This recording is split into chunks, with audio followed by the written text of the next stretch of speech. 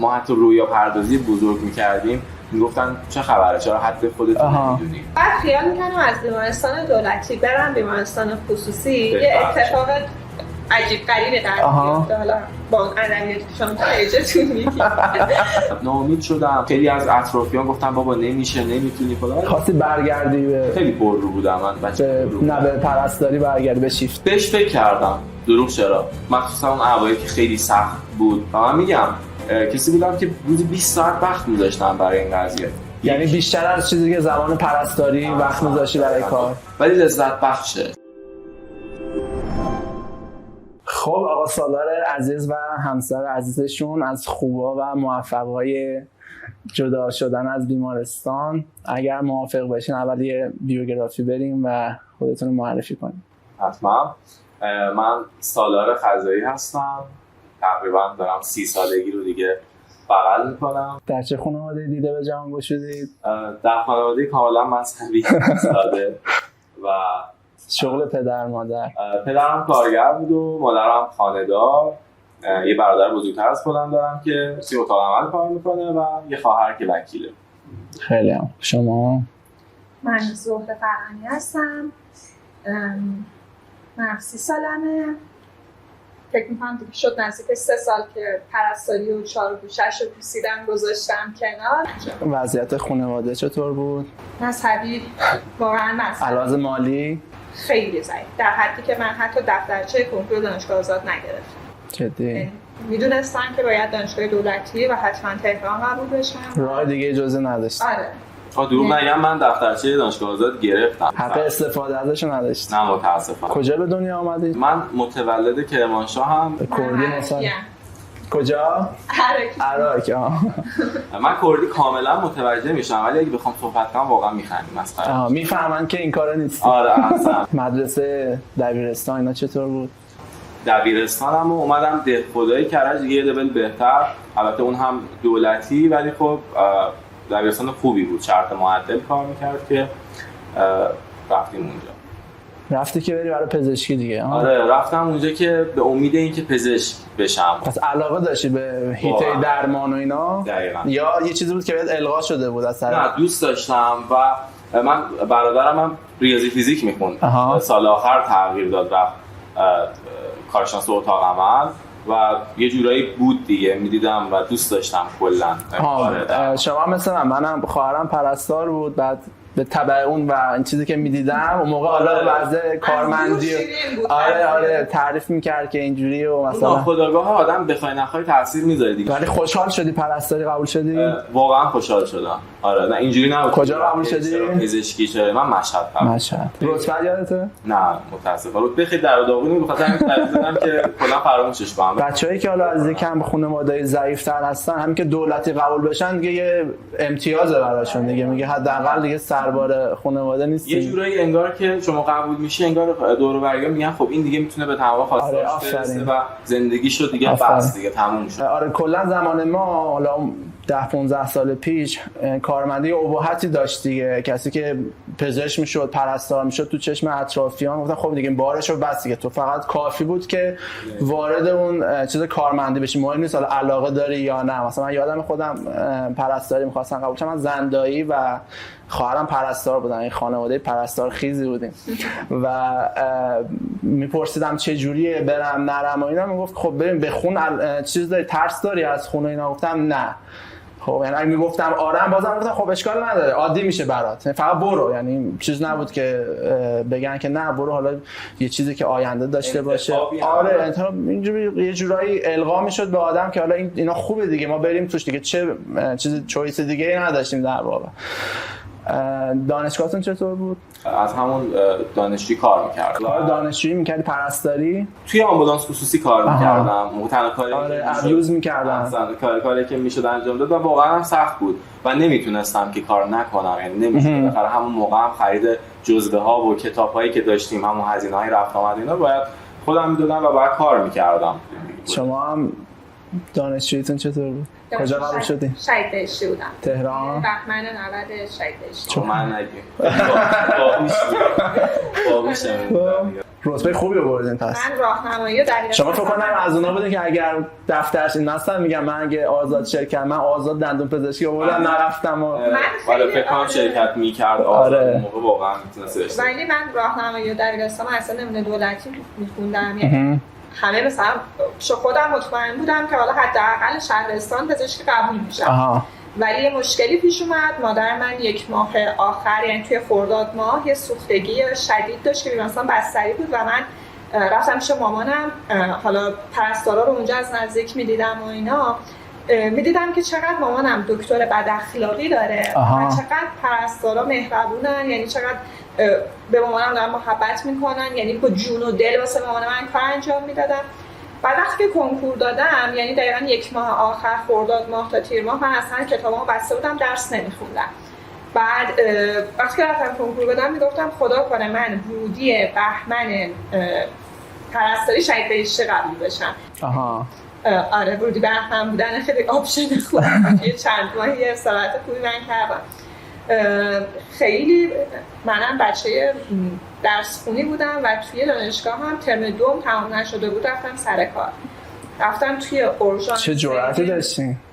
ترم 2 ما معمولا خیلی سخت اعتماد به نفس خیلی چیزا. اورژانس یک کلینیک خصوصی توی پاسداران. بعد اونجا فکر میکنم از اینکه 2 ماه رایگان کار کردم. این رایگان کار کردن خیلی خوبه، من خیلی دوستش دارم. خیلی جاها یه کارهایی برات میکنه که در آینده بازخوردش رو میبینی و اون رایگان کار کردن که جبران میشه هیچی خیلی چند برابر برات سود میاره، به خاطر اینکه تو یه زمانی حاضر شدی رایگان کار کنی که یه تجربه‌ای به دست بیاری و این تجربه کار تو سن پایین یا ترم پایینی که داشتین خیلی به نظرم کمک کرده. کیسای بعدی هم بود اونجا که آپدیت شدی در نه اصلا نه میخوام بگم کیس بعد ما اونجا ندیدیم و خیلی احترام خیلی لاکچری کار می‌کردن. بعد واسه طرحم که اومدم بیمارستان ربات کریم یه جایی تو جاده ساوه، حالا برای این فکر کنم لوکیشن بکشید پشت نشون بدید رو دیوار میشه دیگه اون. آره یه جایی ته دنیا. وقتی که رفتم اورژانس اونجا فکر کنید مثلا توی یه جاده‌ای مثلا جاده وحدآباد مثلا 7 نفر 8 نفر توی پراید مثلا میرفتن زیر یه تریلی با 120 تا سرعت. تازه اونجا تا زمان طرحتون هم علاقه داشتین به کار و هم خوب بود دیگه، اوکی بودی. دیوانه‌وار من عاشق کارم بودم، همزمان درس هم می‌خوندم. طرح هم دیگه همون یه جا کار می‌کردی. کجا طرح بودی؟ توی بیمارستان امام رضا هم مشهد طرحمو گذروندم و خیلی سخت بود. خیلی سخت بود ولی خیلی آب دیده شدم. سخت‌ترین شاید مریضایی که همین الانم یعنی با طول تجربه در نظر بگیرم اونجا دیدم. خب تا اینجا بازم هنوز احساس میکنم علاقه داشتید به آره به من که خیلی علاقه. من دیگه طرحم که تمام شد برگشتم اومدم کرج و دیگه اینجا مشغول به کار شدم و خب طرحم هم با یه سری کار نصف نیمه کاراشو انجام دادیم، یعنی کامل نگذروندم و اومدم اینجا مشغول به کار شدم.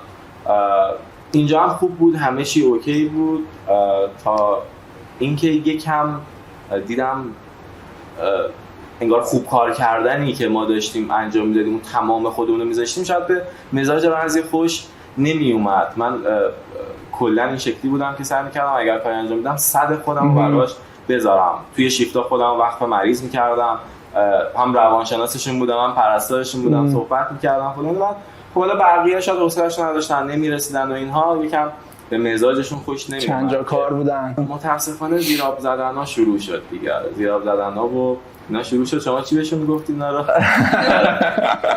زیرنویس میشه. این داستانا شروع شد. مثلا کلی زحمت کشیده بودی و احسن شما دیده نمیشد. 100 تا کار خوب می‌کردی دیده نمیشد. یه دونه فقط کافی مثلا تاریخ رو انجکت نمی‌زدید. حالا دیگه بیا درستش کن. و حالا بیشتر این نه، حالا اینکه سیستم اداری همه جاست این مشکلات، ولی من بیشتر از آدم‌ها فضای سمی زده شدم. وگرنه هنوز هم واقعا عاشق این کارم و به نظر من هر کسی که توی این رشته داره فعالیت میکنه، داره با تمام وجودش عشق می‌داره، واقعا لایق ستایش. چون خودت خوب می‌دونی دیگه پرستاری کلا در ارتباط با بیمار و همراه شما تو سخت‌ترین شرایط یک خانواده یک شخص باش روبرو میشی و اینکه تو اون لحظه چجوری هندل بکنی، چجوری چه دیدگاهی ازت داشته باشن، چجوری مدیریت بکنی، این خیلی مهمه و من سعی می‌کردم تمام این کارها رو خودم انجام بدم تا اونجایی که میتونستم و الانم حالا نمیگم که همکارا خوب نبودن خدا اینا، جسارت نداشتم، همکار خیلی خوبی داشتیم، پرستارهای خیلی شریفی من همه جوره هست دیگه هر جایی، ولی یه دونه خراب کل بخشو خراب میکنه دیگه. دقیقاً. و یکم روحیات من داشت صدمه میدید دیگه اونجا، اون چیزایی که برام معیار بود داشت زیر سوال میرفت. احساس کردی که اون شغل ارضا نمیکنه اون چیزایی که می‌خوای؟ با شغل مشکل نداشتم. آره ببین یه بحثش اینه که من به این نتیجه رسیدم که من با این شغل نمیتونم به اون آرزوها و رویاهایی که دارم برسم، در صورتی که شاید شما هر جای دیگه دنیا باشی یا شاید همون قدیما که میگفتی کارمندی اعتباری داشت، واقعا یه کارمند میتونست زن بگیره با یه خونه خوب، ماشین خوب و 7-8 تا بچه هم خرج بده. آره. ولی وقتی که تو میبینی شرایط به جایی رسیده که باید بری سه جا شیفت بدی تا زندگیت بگذره، بتونی برای خودت یه چیزی بذاری کنار، میبینی که باید کم بذاری. دقیقاً همینه. و به خاطر اینکه کم نذارم توی کاره ترجیح دادم برم سمت شغلی، چیزی که بتونم توی تایم استانداردش اون درآمد استاندارد رو داشته باشم و به اون زندگی حداقل استاندارد برسم. حالا فراتر از اون نه.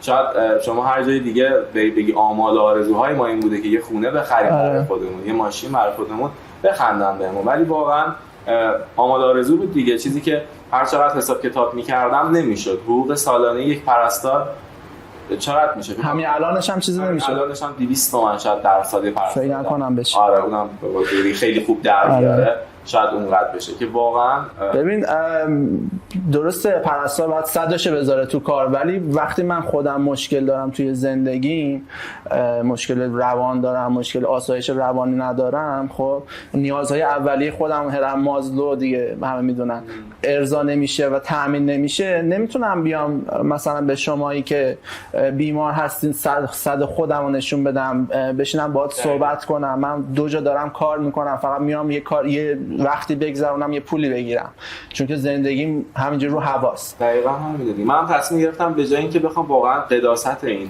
قضیه رو زیر سوال ببرم، تجربه‌ام نباشم. خیلی‌ها همین ادامه میدن دیگه. دقیقاً خیلی‌ها با همون پروسه سجاکاری میاد، بعد میشن پرستار بد اخلاق، پرستار بی‌حوصله. خیلی‌هاشون به قول شما مقصر نیستن. آره. سجا داره کار میکنه، سجا داره شیفت میده، زن و بچه، زندگی، قسط، فشار، اجاره و همه همینیم. همه نمیتونن هندل کنن.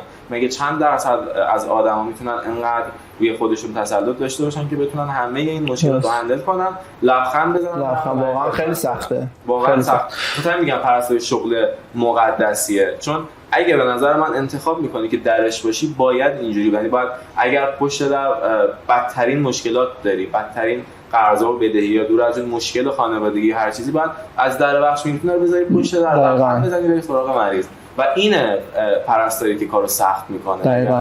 آره. پس دیدین که اون 2 تا 4 تا رو انجام دادین، دیدین که پرستاری و حقوق پرستاری نه حالا اون آرامش رو برات تهیه میکنه، نه میتونی به اون آرزوها و چیزایی که حالا شاید هم بیسیک باشه جای دیگه نمیتونی برسی.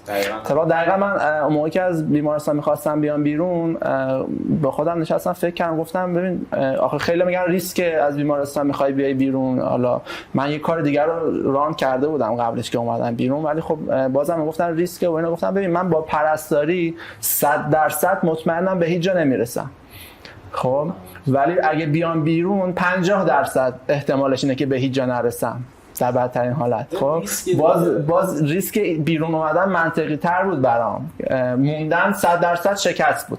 موندن مسیر مشخصه دیگه. مشخصه. ببین تو سالی 20% به حقوقت اضافه میشه، خونت 3 برابر میشه. خب 100% شما به هیچ جا نمیرسی با این روش، ولی بیای بیرون باز یه احتمالی وجود داره. میدونی سعید جان چیه قضیه؟ اینه که هم بحث خانواده، هم بحث دور و بری‌ها، این که شاید خیلی بحث بیمه که خیلی زومن همه روش بیمه داشته باشی، حقوق ثابت داشته باشی. من خودم هم داشتم استفاده دادم، همه همکارام بلا استثنا، یعنی یه نفر نمیاد بگه آفرین داری خوب کاری میکنی برو مثلا به آرزوهات برس، برو تلاشتو بکن. همه بلا استثنا گفتن که آقا نه نمیشه ها، فکر نکن حالا مثلا یه تعقیبت رو ترس وجود داشت. آره خانواده من یه نکته جالب بهت بگم که من به خانواده‌ام 2-3 سال فکر کنم بعد از اینکه استعفا دادم تازه رفتم گفتم که من دیگه پرستاری کار نمی‌کنم. 2-3 سال کتمان کردی در خفا. جالب اینه که بعد از 3 سال اولین جمله‌ای که شنیدم این بود: خب حالا پسرم بیمه داری یا نه؟ یعنی تنها سوالی که پیش اومد بیمه داری یعنی می‌خوای بری داروخونه اسامینوفن اینا بهت با تخفیف میدن یا نه؟ واقعا همینه. ببین بیمه تامین اجتماعی حالا هر بیمه‌ای فرق نمی‌کنه، تهش اینه که به تو این اجازه میده که رایگان برید، حالا رایگان هم نه درمان بشی و بعد از 30 سال هم یه بازنشستگی به تعلق این آدم خودش میتونه انجام بده دیگه. اینو من همیشه گفتم اگه واقعا آدم بخواد به جایی برسه که تو بازنشستگی لنگ حقوق دقیقاً همین الان یه سوساید بکنه. دقیقاً منم خیلی به این فکر میکنم. دقیقاً این همون چیزی که گفتی. من گفتم که میام بیرون کارمو انجام میدم، تمرکز میذارم، تمام تلاشمو میکنم، اگر نشد حداقل شرمنده خودم نیستم. تو آینه نگاه میکنم میگم تو کردی، نشد، تو تمام خودت گذاشتی، نشد. آره همیشه میگن حالا دور از جون شما آدم دم مرگش به کارهایی که نکرده خیلی فکر میکنه و حسرت کارهایی که نکرده رو خیلی بیشتر از اون اشتباهاتی که انجام داده. چی شد که با هم آشنا شدیم؟ والا من تقریبا میشه گفت 2-3 ماه آخری بودش که دیگه داشتم کارامو جمع جور میکردم، شیفتا رو کم کرده بودم، تیپر دیسی می‌کردی خودت دیگه، کم کم بیام بیرون دیگه، یعنی دیگه صحبتامو کرده بودم، اینو گفتم بمون که حالا تا نیرو جایگزین بدیم. کی گفت بمون جایگزین؟ مترو بیمارستان. یه چند ماه آخر با هم بودیم، خیلی هم با هم بد بودیم. شما دو تا با هم بد بود؟ خیلی بد. یعنی ایشون سرپرستار بود، شما هنوز سرپرستار نشده بود. خب نیروگذار کاراش بود. و ما خیلی مثلا بد بودیم و یعنی با هم بعد که اونجوری نمیشه گفت، کل داشتیم، کل بودیم با هم دیگه. مثلا موقع مریض تحویل دادن، تحویل گرفتن یکم اذیت خیلی ازدواج با همین کلا شروع شد. یعنی باور نمیشه وقتی که بچهای بیمارستان فهمیدن ما ازدواج کردیم فکر می‌کردن داریم مسخرهش گفتن هر کسی ممکن، هر 2 نفری ممکن بود با هم ازدواج کنن الا شما 2 نفر. ولی خب خیلی خوشحالم. به نظر من چیکار می‌کردی؟ مثلا می‌خواست بره شیفتش نشد. از همه خداحافظی می‌کرد. مثلا میگم خداحافظ سعید، خداحافظ کیوان. بعد من رد می‌شد میرفت. از من خداحافظی می‌کرد. ببین یه چیزی آدما تو ذهنشون به کسی که حالا یه حسی دارن یا یه رفتار خاصی می‌خوان نشون بدن اگزاجره می‌کنن. حالا یا از اون ور میافتن یا از این ور. مادرشون تعریف می‌کرد. میگفت میومد خونه، میگفت ما تو بیمارستان مثلا یه دختر هست ازش خوشم. میشه زونم طبیعیه. آره دقیقاً جمله معروف من. خب بعد چی شد که اون جمله یه سری با هم جر و بحثمون شد، گفت ببین کاری نکن که از روت رد شم با ماشینم، یه دونه برگم بذارم وای به همسر آیندت داشتیم. میدونین ما دعوامون شد، بعد من این حرفا زدم، گفتم آقای خزایی با ماشین از روت رد میشم، یه برگ بیمه هم حرومت. بعد شب خواستگاری پدر من فوت شدن، تو چشمای برادر من زل زد. اولین حرفی که زد گفت خواهرتون به من این حرفو زد، تهدید قتل کرده. تلافیشو دقیقاً شب خواستگاری در آورد. ولی واقعا خیلی خوشحالم. بعد سرپرستار شدن دیگه. کرونا که باز شد، سرپرستار کرونا شد. سرپرست کرونا رو همینجوری بهش دادن که بردنش تو بخش، گفتن شما حالا باش به عنوان استاف بخش. حتی دقیقاً تایم کرونا تایم بودش که من درآمد خیلی خوبی داشتم، زندگیمون اوکی شده بود. خیلی گفتم نرو واقعا تو این شرایط، چرا مثلا میخوای بری. واقعا حرف قشنگی زدی که نمیگم جلو دوربینه و اینا، واقعا خوشم نشسته. گفت ما درس خوندیم توی این مملکت که بیایم همچین موقع‌هایی به داد مردم برسیم. گفت من الان نباشم کی باشم. کل خروجی که 4 سال دانشگاه و 2 سال 2 سال پشت کنکور و چند سال طرح اینا داشت ایشون بوده. خودباوریه، اون اعتماد به نفس رو من از ایشون گرفتم. اون پشتیبان بودن رو خیلی مهمه. گرفتم. خیلی مهمه چون ما تو خانواده بزرگ شدیم که پشتیبانه‌ای نداشتیم و نسبت به اون سنتی بودنه ما حتی رویا پردازی بزرگ می‌کردیم، میگفتن چه خبره، چرا حد خودتون نمی‌دونی. خب یعنی ما حتی این هم چیزایی، ولی من میگفت باباشون رو ندیده بودید ادعای پادشاهی می‌کرد. آره تنها کسی که میگفت تو میتونی و میشه ما انجامش بدیم. بعد خودتون حیفتون نیومد این همه درس خوندین، این همه تلاش بخواید ول کنین. من اومدم بیرون با تنفر محض. یعنی یه بلای سرت اومد که دیگه گفتی عطاش به لباس. دوران تر هم خیلی اذیت شدم. بعد خیال میکنم از بیمارستان دولتی برم بیمارستان خصوصی یه اتفاق عجیب غریبی در بیفته. حالا با اون ادبیاتی که شما تایجتون میگید برامون یه اتفاقی هستش اونجا. بعد مثلا من کلا آدمیم که از درجا زدن متنفرم، ولی یه چیزی که تو پرستاری من فهمیدم اینه که پرستار مطلق شیفتی باشی بری بیای شرف داره به اینکه مسئول شیفت باشی، مسئول شیفت شرف داره به اینکه استاف باشی. هر اتفاقی که میفته هی اوضاعت بدتر میشه، مخصوصا اگه نخوای همرنگ بقیه مثلا مسئولین بشی. نمیدونم متوجه. آره همین باعث شد که تنفر ایجاد بشه. من مسئول شیفت میشدم یه جور آزار و اذیت داشتم، همه میگفتن نمیدونم ما سابقمون از این بیشتره، چرا این مسئوله چرا ما نیست. استاف شدم یه جور دیگه داستان داشتم، هد شدم باز یه داستان دیگه. پس سرپرستارا راست میگن که اذیتن و سخته. تازه من کسی بودم که مثلا رئیس بیمارستان هوای منو داشت، احتراممو داشت. یعنی من رئیس بیمارستان داشتم که از در اتاق من یه پرانتز باز کنم، البته اون به خاطر سوابق نیکشون، ولی توی بخش کووید خیلی حرفه‌ای حرفش رو داشتن، به خاطر اینکه عملاً اون بخش رو خودش راه کرد. سرپرستار هم بخش جنرال کووید و هم آی سی یو کووید، یعنی یک نفر داشت کل اون بخشی که خودت می‌دونی درآمدزایی کل بیمارستان‌ها توی تایم کرونا از بخش کوویدشون. البته تو ساعت نمیشه به اساتید که درآمد کسب کردن، ولی واقعا خب همین بوده دیگه. یعنی یه تایمی اکثر عمده مریض‌های کووید بودن، حتی کسایی که مریضی دیگه‌ای هم داشتن با کوویدشون منم تو اش کووید بستری می‌شدن و واقعا سخت بود و یه تنه می‌گرد. صبح تا 7 شیفت میداد، 7 تا 12 که شب تلفنی تخت هماهنگ می‌کردن. دیگه یه فرسایشی ایجاد شد که ترجیح دادید بیاد بیرون. پرستار بود، من استافی نداشتم. یعنی اینجوری نبود که یه نیروی من حالا یه سری کارهای معمولی انجام بدم، استاف بیاد یه سری کارهای دفتری انجام بده، بعد اندازه 2 نفر کار می‌کردم. دقیقاً من هیچ استافی نداشتم و خودم نمی‌خواستم داشته باشم. من پاهای بچه‌ها گزارش می‌نوشتم، یه جاهای شلوغ بود خودم مریض برمی داشتم. بعد انقدر بچه‌های باحالی با هم دیگه کار می‌کردیم که مثلا میگفتن خب فرنیزش تو مریض برمی داری، بذار ما کمکت کنیم. یعنی این طرف قضیه تیمی که باهاش کار می‌کردن خیلی بچه‌های خوبی بودن. بعد مترونمون به شدت با من همراه بود، سوپروایزرامون. مثلا من بیمارستان دولتی که بودم سوپروایزر آموزش و کنترل عفونتمون و یه چیز دیگه همه با هم یه نفر بود که ما اصلا نمیدونستیم کار این چیه، ولی خدایش توی این یکی بیمارستان سوپروایزر کنترل عفونتمون دائما میومد به بچه‌ها آموزش میداد، با ما همکاری میکرد. هر جا من گیر میکردم زنگ میزدم، همون داشتن سوپر آموزش همینطور. ولی چیزی که منو اذیت میکرد میدونید چی بود؟ این که ما یه مش بچه‌ای بودیم دهه 70 که همه داوطلبانه و جون و دل اومده بودیم توی بخش کرونا داشتیم کار میکردیم. حالا درسته که یک مبلغی هم اضافه تر میگرفتیم، ولی این چیزی نبود که ارزش داشته باشه جونمون رو بگیریم کف دستمون ببریم. و در مقابل میدیدم که فقط 2-3 تا از پزشک‌ها هستن که میان توی بخشمون. یعنی یه پزشک کنترل عفونت، یه پزشک متخصص عفونی مونه بنده خدا همه رو ویزیت میکرد. فکر کنم چند ماه گذشت تا مثلا 2 تا متخصص داخلیش اضافه شدن که بخواد کار کنه.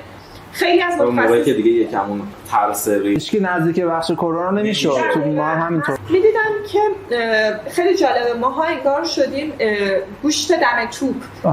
خیلی راحت با یه وعده اینکه حالا بهتون یه مبلغی اضافه تر میدیم یا به دمتون میگم چقدر خوب استخدام میشید و فلان. استخدام شده بودین؟ من خصوصی بودم. شما سالار استخدام همینطور؟ نه منم خصوصی کار می‌کردم. بعد هیچ وقت از اون استخدامی شرکت نکردم، چون اصلا ساله بخونم. بعد می‌خواستید بیاید از بیمارستان بیرون، ازدواج کرده بودین دیگه، درسته؟ یعنی تصمیم بود که با هم گرفتید و کار کرده بودید قبلش، درآمدی داشتید از قبل که حالا تجربه‌ای داشته باشید یا به یه امیدی بخواید بیاید بیرون؟ ببین من تقریبا از 1-2 سال قبل از اون تایمی که کلا فوکوس کل کشور رفت روی بورس و نمیدونم یادت هست یا نه که یه صعود خوبی هم بورسشون تا از 1-1.5 سالی قبلش ورود کرده بودن، در حد خیلی مبتدی یاد گرفته بودم، خرید و فروش می‌کردم، در حد اینکه بگم مثلا خرج ماهانه خودم رو در بیارم در می آوردم. خب یعنی ولی نه بیشتر، چون سرمایه‌ای هم آنچنان نداشتم دیگه. چیزی که داشتم همون حقوق‌هایی بود که پس انداز کرده بودم و از همون داشتم حالا می‌کردم. تازه حالا اونایی که تریدرن میدونن دیگه، اون اوایل خیلی باید ضرر بدی تا کار یاد بگیری، ولی خب اون ضررها اونقدری نبود که برآینده منو منفی کنه، یعنی برآینده مثبت بود و میگذشت. و دیگه از تایمی که ازدواج کردیم دیگه شدم تمام وقت. خب من از تایمی که دیگه فوکوس، یعنی خودم استفامو نوشتم اومدم بیرون تا زمانی که ایشون بیاد، من به صورت غیر حضوری دانشگاه اوکی کردم که اقتصاد بخونم، خوندم و یکی دو تا مدرک معتبرم کنارش گرفتم و واقعا فکر می‌کنم از هر 24 ساعت 20 ساعت یعنی من زمان میذاشتم. 20 ساعت توی روز، 20 ساعت در روز، یعنی واقعا اغراق نمی‌کنم. پای سیستم، در حال نوشتن، در حال آموزش، در حال تمرین، در حال کار، همین بود. یعنی غذامو، صبحونه‌مو، ناهارمو، شامو پای سیستم می‌خوردم. آره، حتی ما دعوامون شده بود که تو چقدر کار می‌کنی سر هر چیزی، یعنی اولویتش دیگه شده بود کار. بیمارستان کار نمی‌کرد دیگه هر چی در می‌آوردی اون بود. آره ایشون نه، ولی من هنوز شیفت می‌رفتم. من هنوز خب بالاخره میگم این تیپر دیسی بعد بشه، یه هویی آدم ول کنه، خب از کجا بخوریم؟ آره دقیقاً. خب من دقیقاً همین حمایت رو آره. وجود یه پشت گفتی دیگه نهایتش اینه که سر ماه یه حقوقی میاد. آره اینجاست که کارمندی، ولی اون بود روانی، بود خیلی مهمه، خیلی مهمه. روانی منو حل کرد وجود. باعث شد با تمرکز بیشتری. حتی من همیشه به همه میگم ماه اولی که من کارمو ول کردم و متمرکز نشستم دیگه، فقط روی تریدم حساب کردم، خیلی خوبم در آوردم. یعنی ما از ماه اولی که شروع کردیم لازم نشد که مثلا بخوایم ولی لازم بود که باشه، ولی همچین چیزی وجودش بعد روانی ذهن منو پر میکرد. حتی من اون تایمایی که اوایل که مثلا داشتم کارو ول کرده بودم و اینا، یکم چون عادت داشتم به اینکه برم همش سر کار بیام و اینا، خیلی اذیت میشد. بکن توی که هر روز من 3 جا شیفت میدادم، بعد بیای یهو مثلا کارت بیاد تو خونه، خیلی سخت میشه. روز شاید یه جایی آدم بگه حوصله‌ام سر میره، یه جا بگی خب تک و تنهایی، مراوده‌ای با کسی نداری. ولی خب خوشایندم بود. چرا؟ چون به همون دلیلی که بهت گفتم، من به خاطر آدم‌ها و محیط اومدم بیرون. همین که اون محیط و اون آدم‌ها، اون آدم‌هایی که خوب نبودن باعث میشد که من بتونم با تمرکز بیشتری کار کنم و این حس که میتونم با این کار آیندم رو اونجوری که میخوام بسازم 100 برابر بهم انگیزه میداد که تمام خودم رو بذارم. با خودم میگفتم اگر بقیه تونستن منم میتونم. اصلا چی شد که رفتی سمت ترید؟ ببین من قبلش که میگم بورس رو کار میکردم، از دوستان و اینا شنیده بودم که توی بورس دارن کار میکنن، من همینجوری دنبال روی حرف اونا رفتم و میگم مبتدیوار خرید و فروش خودم رو انجام میدادم. اما ورود من به بازار جهانی با جرقه یه بنده خدایی بود که یه ویدیو دیدم، تو اون ویدیو با یه سوال شروع میکرد، میگفت آیا میدونید که در ایران میتونید درآمد دلاری هم داشته باشید؟ خیلی تبلیغ گونه بود، زرد بود. آره خیلی زرد بود، ولی رفت توی ذهنم. گفتم خب این درآمد دلاری چیه؟ بالاخره میگردم اون راه درستش رو پیدا میکنم. درآمد دلاری توی کشوری که دلار همش رو به افزایشه واقعا خیلی عالی محسوب میشه و با اون جرقه بورس چرخید، اومدم وارد بازار فارکس شدم و بعدش که بازار ارزهای دیجیتال که تازه نوظهور اومده بود و اینا زیاد نمیشد اعتماد کرد، با یکم فاصله به اون بازارم وارد شدم و میام کم کم شروع کردم تحصیل کردن، یاد گرفتن و به یه جایی رسید که اون کسی که بوت من بود رفتم باهاش کار کردم و با هم به تفاهم نرسیدیم، جدا شدم و برای شرکت‌های بزرگی کار کردم خارج از ایران. یعنی اونی که الگو گرفتی ازش آدم خیلی گنده‌ای بود. اجازه بده اینو دیگه اسم نبرم. آره خیلی آدم بزرگ و جزء تاپ پایین حوزه است و هنوزم براش احترام قائلم، کاملا دوستش دارم و به این دلیل ازش جدا شدم که اون ذهنیتی که دارم ازش خراب نشه. سوالا رو من بگو که با چقدر پول رفتی توی این کار ترید و این پول از کجا اومده بود و که چقدر طول کشید تا دیگه خانم نیاز نشد دیگه بره بیمارستان، کارو ول کرد؟ من توی تایمی که کار می‌کردم اصلا این اواخر که با بورس آشنا شده بودم بیشتر به پس انداز این اومده بودم. تقریبا میشه گفت زیادم نه کمتر از 100 میلیون تومان فکر می‌کنم خودم داشتم و که با اون پول کار می‌کردم. چیزی هم که در میومد اون مدت خب خیلی کم بود، کم در می‌آوردم، در خرج خودم رو بده و اینها. ولی وقتی که اومدیم فوکوس رو بذاریم تو این کار 3 تا وام گرفتیم. درسته 3 تا وام. البته من کاملا توصیه اصلا با وام اینا نباید وارد این بازار و اینها شد. خب یعنی این مسئله رو حلش بکنیم. منم بخوام موقعی اشتباهی که کردم دیگه، یعنی درست نیست این کار، حالا ممکنه بگیرم که نگیرم. یه وامی گرفتیم و اینا سر جمع فکر کنم کلهم رو هم نزدیک 350 تومن کل سرمایه بودش که من دیگه داشتم باشه زندگی رو اداره می‌کردم. قسطای حالا آنچنانی همون قسط خود همون واما، قسط 2 تا بچه. آره خرج 2 تا بچه و این داستانا رو داشتیم. سوال بعدی چی بود؟ گفتم چقدر طول کشید تا خانومم دیگه بیمارستان و یه همپوشانی داره دیگه، نمیشه یهویی طرف تصمیم بگیره من میخوام از بیمارستان بیام بیرون واسه خودم باشم و فرداش بره یه شغلی با یه درآمدی داشته باشم. اون بحث پشتیبانیه. خودم تا کجا ادامه داشت؟ ببین میگم از همون اولش که شروع به کار کردیم خدا رو شکر در میومد و تقریبا میشه گفت 6-7 ماه که بیشتر نگذشت از بعد از اینکه تمرکز رو گذاشتم که من درخواست کردم که ایشون از کارشون بیاد بیرون که بتونیم کنار هم باشیم و دوست نداشتم راستش بره سر کار رو، چون اون موقع دیگه اون تایم گذاشته حساب کتاب به دلار می‌کردم. میگفتم خب تو الان به دلار مثلا سر سال اینقدر میگیری، خیلی مسخره است فلان، اینجوری حساب کتاب می‌کردم و خواهش شدم حقوق تقریبا میشه گفت از 6 ماه بعد واقعا نیازی به درآمد ظهره نبود. ولی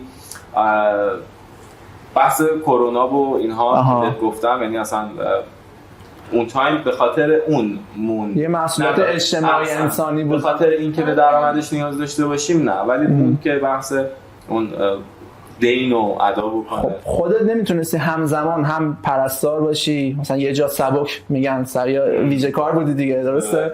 یه بخش ویژه آره یه شیفر در کنارش ترید هم انجام بدی یا 2 جا کار کنی در کنارش ترید انجام بدی. دقیقاً موضوع خیلی بزرگیه. خب الان که این همه گذشته خیلی از دانشجویی که باشون کار می‌کردیم، از بچه‌ها همکارا اینا، خیلی‌ها این سوالا رو میپرسن، میگن مثلا من کارمندم و اینا میتونم ترید بکنم یا نه، مثلا من شاغلم میتونم ترید کنم یا نه.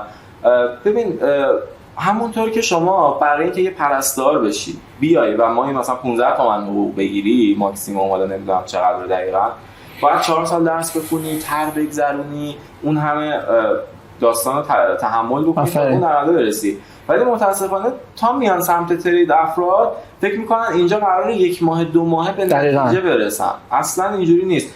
ترید، معامله‌گری، سرمایه‌گذاری دقیقاً مثل هر مهارت دیگه یا شغل دیگه باید براش وقت بذاری، تحصیل کنی، تمرین کنی، تجربه بکنی تا به نتیجه برسی. من الان اگر کسی بهم بگه چقدر طول میکشه من یه تریدر بشم، میگم اگه خیلی باهوش باشی 3 تا 5 سال زمان میبره که بتونی یک تریدر حرفه‌ای بشی. 3 تا 5 سال 3 تا 5 سال زمان میبره که یه تریدر حرفه‌ای بشی. باید براش وقت بذاری و حداقل که تو 1 سال اول فکر سود نباشی.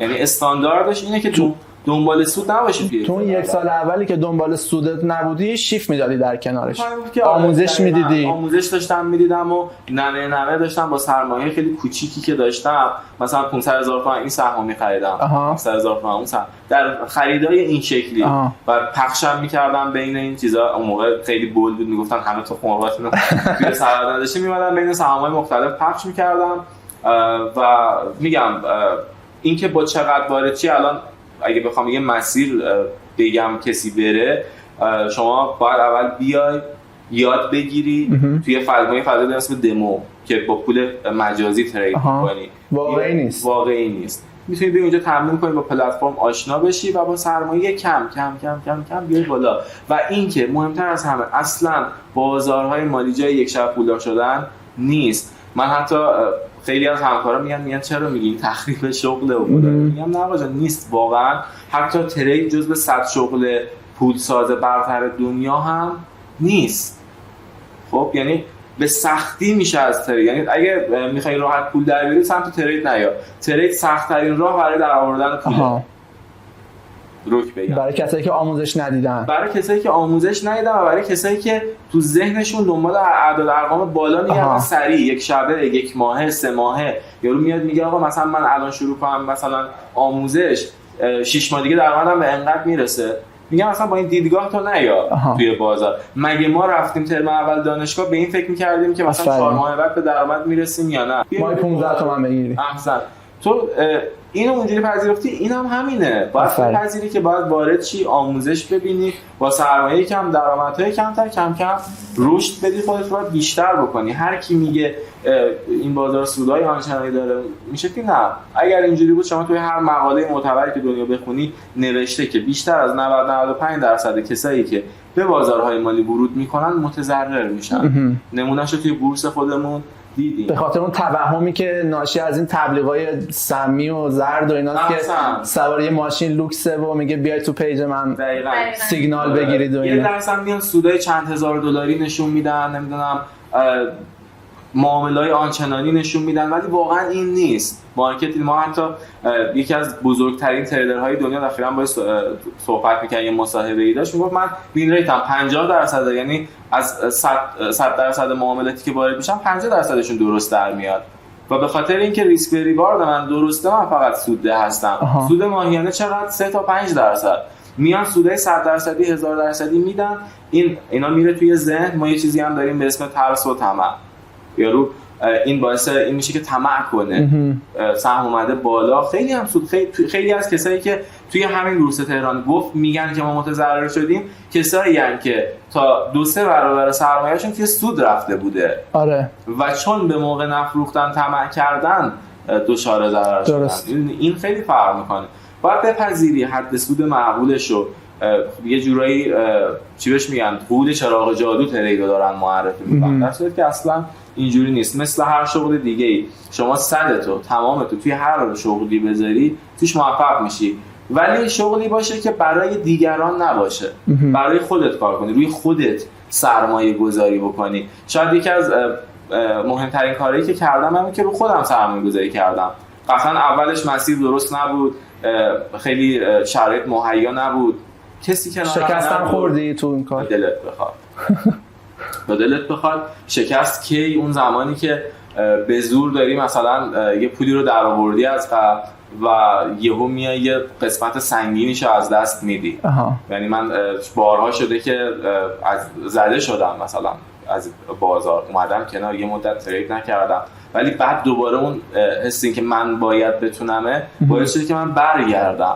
جا زدن بیشتر به خاطر همون توهم است که میگه من باید ماهی 50% سود کنم و $100 بکنم، $1000 رو. ببین کلا بازارهای مالی همه جا همین استمراره. شما باید به تریدهای کوچیک ولی مستمر پایبند باشی، یعنی باید سعی بکنی سودای کوچیک بگیری ولی این مستمر باشه، براینده مثبت باشه. این مهم نیست شما توی ترید بیت 1000% سود بگیری، مهم اینه که اگر توی یک سال 100 تا ترید میکنی 80 تاش 70 تاش برایندش مثبت باشه، برآیند مثبت باشه. این برآیند مثبت خیلی مهمه.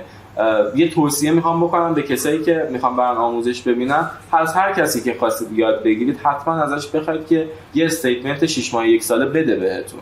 یعنی چی؟ یعنی رزومه 6 ساله‌شو ببین، 6 ماه 1 ساله‌شو ببین. ببین این آدمی که داره ازش یاد میگیره خودش یک تریدر سودده هست. و سوال من همیشه اینه، من میگم همه که میگن ما داریم سود میکنیم ماشاءالله توی اینستاگرام، پس اون 95% که ضرر میکنن کجا؟ میدونی چی میگم؟ آخه میدونی فقط میبینن یارو خودش ضرراشو نمیاد بذاره، فقط سوداشو میذاره. تو میبینی به عنوان یک تریدر مبتدی میگه ای بابا من کجای کارم میلنگه که اینا همه دارن سود میکنن ولی من نمیتونم. بعدم ناامید میشه و میره کنار. منم خیلی از این داستانا پیش اومد، ناامید شدم. خیلی از اطرافیان گفتن بابا نمیشه، نمیتونی فلان. خواستی برگردی به خیلی پر رو بودم من بچه نه به پرستاری برگردی به شیفت.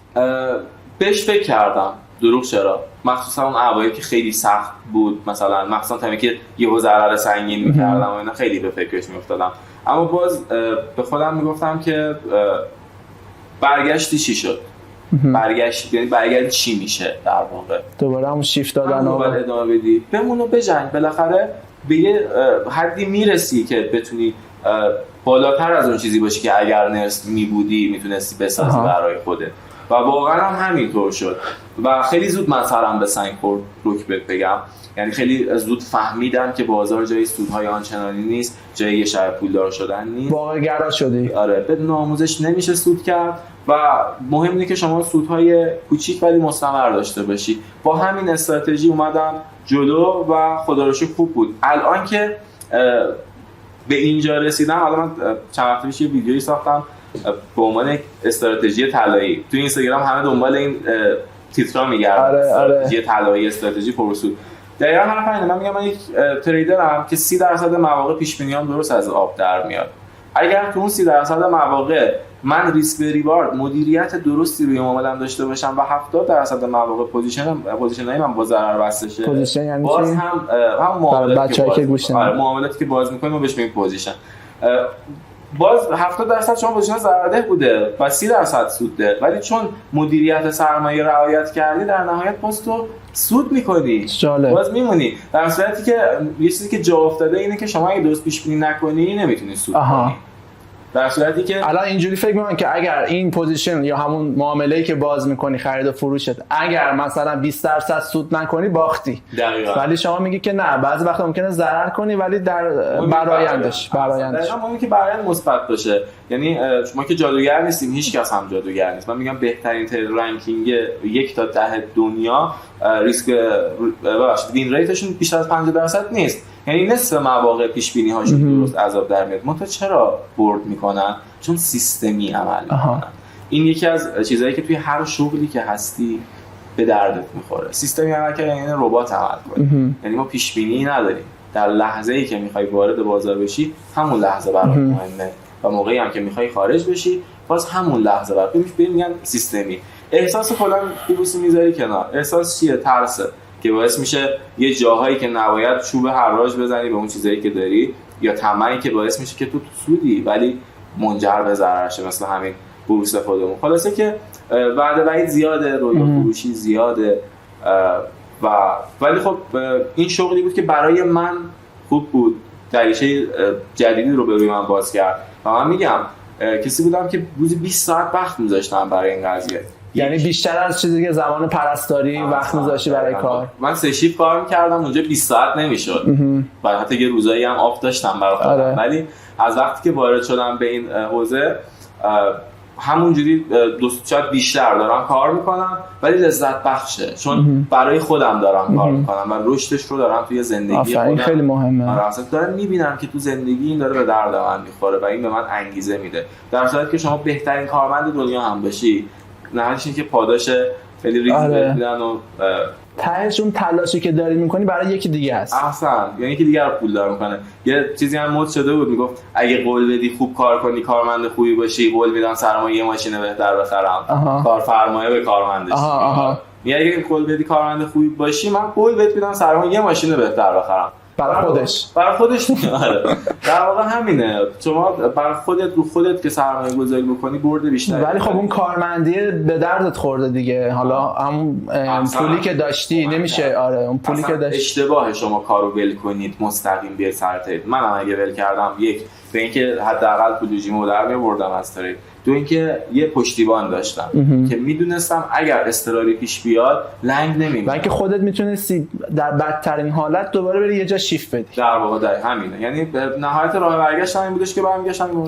دیدی بعضی الان خیلی این تفکر جا افتاده که مثلا میگه من برم برای خودم کار کنم، خب کار خویش فرما بشم، در واقع برای کسی کار نکنم که بتونم برم به سفرم برسم، بتونم تفریح هم بیشتر بشه، بتونم یه رویا پردازیایی میکنن از بیرون اومدن از بیمارستان. خب آره و فکر میکنم این اتفاق برای منی که حالا با شخص تجربه کردم، من الان خیلی بیشتر از زمانی که اون موقع داشتم کار میکنم و فرد فکر میکنه که مرخصیش دیگه دست خودشه. میخوام ببینم مرخصی شما دست خودتونه، چقدر به خودتون مرخصی میدین؟ هیچی.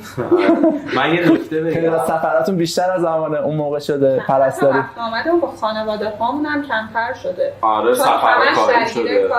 اگه جلسه‌ای داریم، حتی رفت آمدی داریم، حتی سفری داریم، همه بر مبنای کاره. یعنی اگه کسی به این امید میخواد بیاد از بیمارستان بیرون که تایم خالیش زیاد بشه، درآمدش زیاد بشه و سفر بیشتر بره، این اتفاق نمیفته. درسته؟ اصلا نیست. اون مسیر اشتباه رو جبران کنه. ترفیعات هم کم میشه. آفرین. پرستار بودم، هر ماه که حقوق میگرفتم سر تا پا لباس بخرم و فلان و اینا. الان درآمدمون خدا رو شکر خیلی بیشتره، ولی دوست دارم درآمدی که داریم بیشترش توی کار تضریف بشه. حالا مثلا من که هر برنامه‌ریزی می‌کنیم، مثلا میگم یه لنز بهتر بخرم، یه بهتر بخرم، یه دوربین بهتر داشته باشم، یعنی همش دنبال اینم که اگه سرمایه همش میگم چیزای الکی نخرم، چیکار کنم که بیشتر پیشرفت کنم. دقیقاً چون دیگه اون احساس امنیت هم نداریم. دو تا دلیل داره دیگه، یکی اون احساس امنیت رو نداشتن باعث میشه که اون ولخرجی‌های اضافه از بین بره.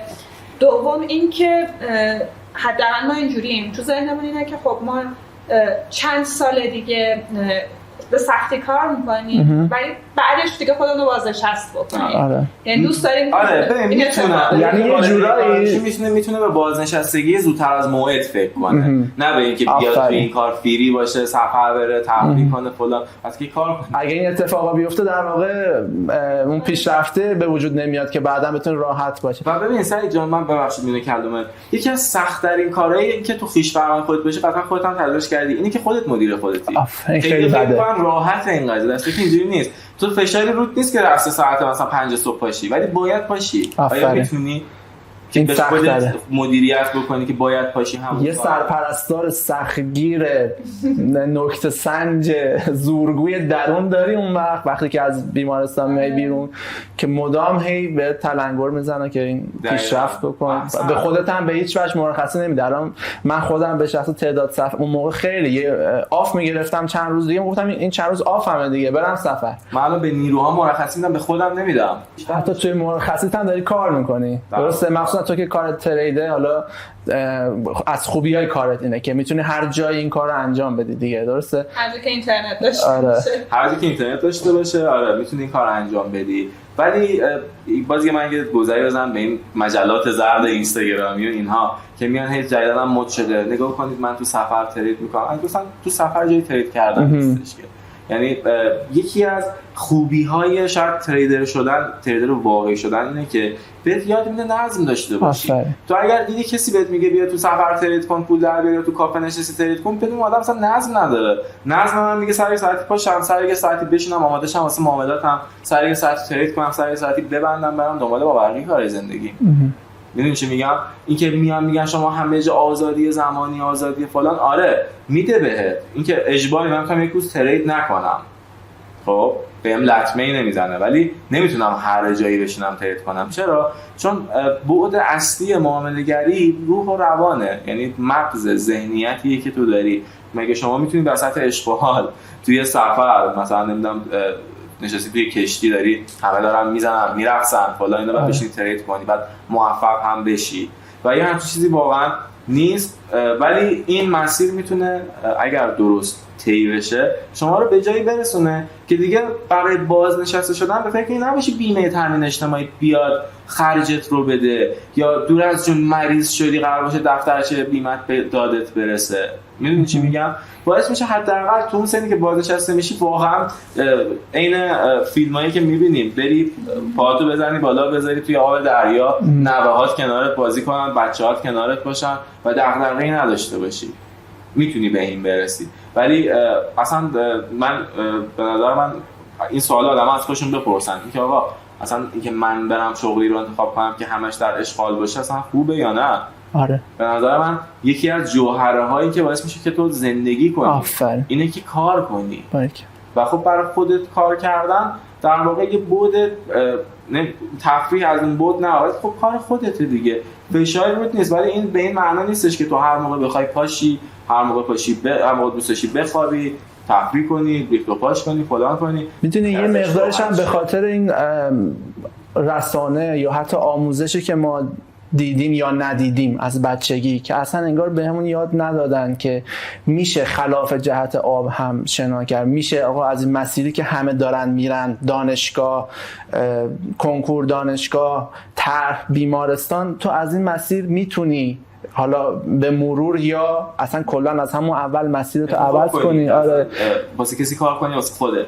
و به نظر من یه چیزی بگم، تو ایران فقط اینجوری نیست، همه جای دنیا همین مبحثه. کسی نمیاد راجع پول، بدهی، کارآفرینی از این چیزا باید صحبت بکنه. چرا؟ چون دولت‌ها عموما، مثلا کاری به دولت ایران، آمریکا ندارم، عموما دولت‌ها کارمند میخوان و کارگر برای اداره کشورشون. به نظر من یه جاهایی آدم باید تو آینه به خودش نگاه کنه، با خودش صحبت کنه. یه جاهایی خودت جواب خودتو بهتر میدی. من دقیقاً با خودم حساب کتاب کردم که استعفا نوشتم. یه کاغذ گذاشتم جلوم، گفتم خب من ماهی اینقدر در میارم اینجا، انقدر ماهی اینجا میشه انقدر خرجمه، خب انقدر باقی مانده. نگاه کردم دیدم من خونه‌ای که باب میلمه رو توی اون موقع تازه که مثلا قیمتا خیلی خوب بود، نگاه کردم دیدم مثلا 50 سال طول میکشه من خونه رو بخرم. اصلا ادامه دادنش منطقی نبوده. اصلا من اون کاغذ، اون نتیجه گیری که از اون یه برگه کاغذ کردم منو روشن کرد که آقا اصلا این کار درست نیست. اصلا قرار نیست که شما حتما یه ایده‌ای بگیری واسه کار جدید. همین که بفهمی کاری که الان داری می‌کنی به آرزوهات نمیرسونه تو رو کافیه. همین که من همیشه میگم من دستیم خوب کار میکنه، دندقه‌ام خوب کار میکنه. یعنی هر جایی که حس کنم کار اشتباه، مسیر اشتباه، دستی میکشم دندقه. همین الانش هم همین. خیلی نمیتونم این کارو بکنم. سخته دیگه. یکم بحث ریسکه و شاید کار کردن ما توی کادر درمان و روبرو شدن با انواع ریسکا، با انواع استرس‌ها، با انواع آدم‌ها شاید باعث شد که ما خیلی پوست کلفت‌تر از اون چیزی که بقیه هستن بشیم. و شاید این پوست کلفت بودن تو جسارت نباشه، منظورم پوست یعنی چیز خوبه. به خودم میگم این پوست کلفتیه باعث شد که اون سختیایی که الان میگم انقدر سخته 20 ساعت فلان اینا واسه من سخت نبود، چون من مثلا 18 ساعت شیفت دادم که دویدم تو شیفتا، پس 20 ساعت نشستن پشت میز و کار کردم زیر کولر. آره نباید اذیتم بکنه که. و اون تصویر ذهنی که داری، میگم دیگه یک بنده خدایی به ما یه حرف قشنگی میزد، میگفت اگه میدونستی که هیچ سدی برای رسیدن تو به موفقیتت نیست و هیچ وقت شکست نمیخوری، چقدر بزرگ فکر میکردی اون موقع. همیشه همونقدر بزرگ فکر کن هیچ وقت شکست نمیخوری. در واقع شکست به اون معنا که کلا دیگه ناک اوت بشی، هیچ کاری نتونی بکنی و اون وجود نداره. اون شکست منظور یه پلیه برای پیروزی دیگه. همیشه از شکست یه چیزی یاد میگیری، تهش اینه که یه چیزی یاد میگیری، یه کاری میری تا یه حدی، بعد اون دندقه کمکت میکنه. حالا یا مثلا مسیر پذیری سریع، خودت دیگه میدونی پذیرش سریع اشتباه و اینکه بیای سریع جبرانش بکنی. خیلی شده مثلا من بهم پیام دادم، مثلا گفته که من حالا خودم یا همسرم میخواد از کار بیاد بیرون، ما دلمون نمیاد بیایم بیرون، من رسمی شدم، اون پیمانی شده، حالا نمیدونم این همه درس خوندیم، 5 سال سابقه کار دارم دیگه، حالا سرپرستار شدم، به یه جایی رسیدم، دلمون حیفمون میاد که ول کنیم بریم. ولی خب این من میگم حیف خودتی، اعصاب و روانت. همین چند وقت یک از دوستان پیام داد که آره مثلا من حیفم میاد رسمی شدم، مثلا چند سال کار کردم، حیفم میاد استعفا بنویسم، ولی دیگه اینجوری نمیتونم ادامه بدم. خب اون حیف اون 30 سال آینده است که قراره تباه بشه تو این کار. حیف اون زندگی خودت و همسرت که داره از هم میپاشه به خاطر خستگیایی که تو سر کارت داری. حیف اون دیسک کمر و گردن رو دیدین دیگه، همه پرستارا همه اشاره 5شون زده بیرون. زانو درد، کمر درد، نمیدونم گردن درد. گفتم حیف خودتی. دقیقاً. البته تو داشتی در ازای سالایی که کار کردی. نمیشه ایران هم گرفت از اینجور آدما، خب چون خیلی حاشیه امن طلب هستن. و اصلا این یه بحث علمیه، میگم مغز انسان برای بقا طراحی شده. آره دوست داره بخوابه، دوست داره غذا بخوره، دوست داره کارهایی که فقط همه چیز سیف باشه. به خاطر همین اگر قرار موفق بشی باید مغزت غلبه کنی، یعنی سیستمش رو بشر. کسایی که میدونی تو دنیا موفقن خلاف این قضیه عمل کردن، یعنی از آسایش خودشون از اون حاشیه امن فاصله گرفتن. مثلا ما توی معامله میگیم ریسک ریوارد، ریسک به ریوارد. تا ریسکی نباشه ریواردی در کار نیست. شما نو پی نو گین نابرده رنج گردن سر نمیشه خودمون دیگه. شما تا نگه ریسکی بکنیش اتفاق خاصی نمیفته. من همیشه به پدرم همیشه میگفتم، مثلا یه موقع میگفتیم فلان چیزو میخوایم و اینا، گفت ان شاءالله پولدار شدم میگیرم برات. بعد دیگه زندگی گذشته بود، سنمون بیشتر شد، گفتم بابا تو کی قرار پول داری؟ با کدوم پلن؟ مثلا اینکه تو بگی آقا من این کارو دارم میکنم نتیجهش اینه که من پولدار میشم، وایسا تو. ولی وقتی پلنی نیست، برنامه‌ای نیست، چجوری تو داری رویا بافی میکنی برای آینده؟ یا مثلا من خیلی از دوستای خودم گفتم آقا من این کارو میکنم، گفتم احسن عالی قبول.